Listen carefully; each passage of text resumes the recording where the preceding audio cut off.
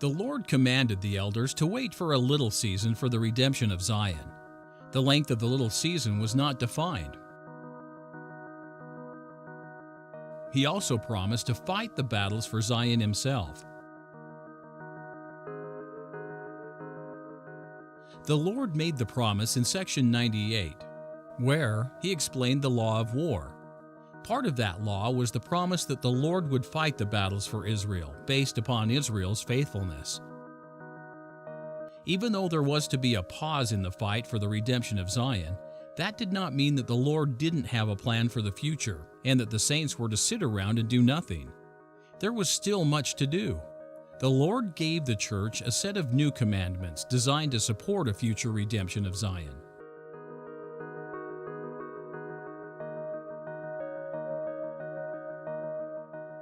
To begin, the Lord commanded all those that were in the region surrounding Zion to stay put.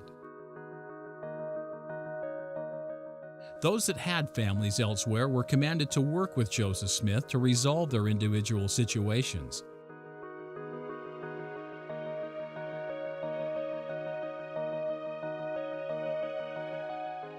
The Lord advised those in the regions of Zion to be prayerful and humble, and most of all, to keep silent, so as to not stir up their neighbors to anger.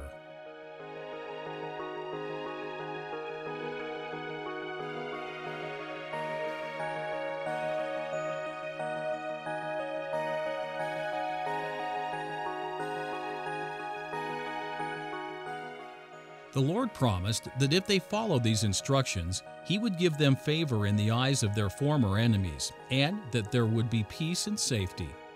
At the same time, they were to ask for justice under the law.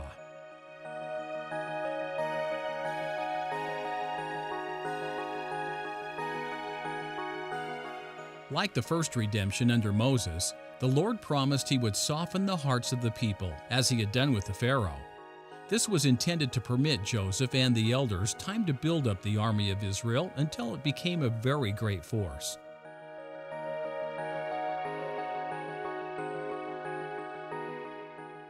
The pause and establishment of good neighborly relations would also allow time to send men to purchase land in Jackson and adjoining counties.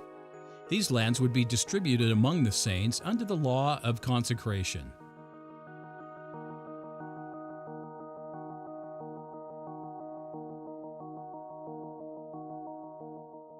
The purchase of the lands were to serve as justification for the repossession of their lands by force, if necessary.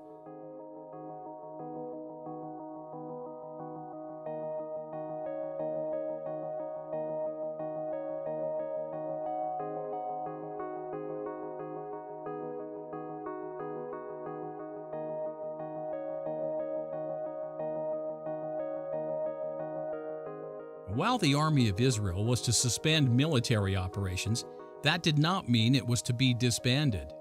On the contrary, the Lord commanded that the army use the pause to gather and build up numbers until it became very great. The size of the army was eventually to become so large and fearsome that it posed an existential threat to the kingdoms of the world. So much so that they would be forced to acknowledge the kingdom of Zion as the kingdom of God and willingly become subject to it.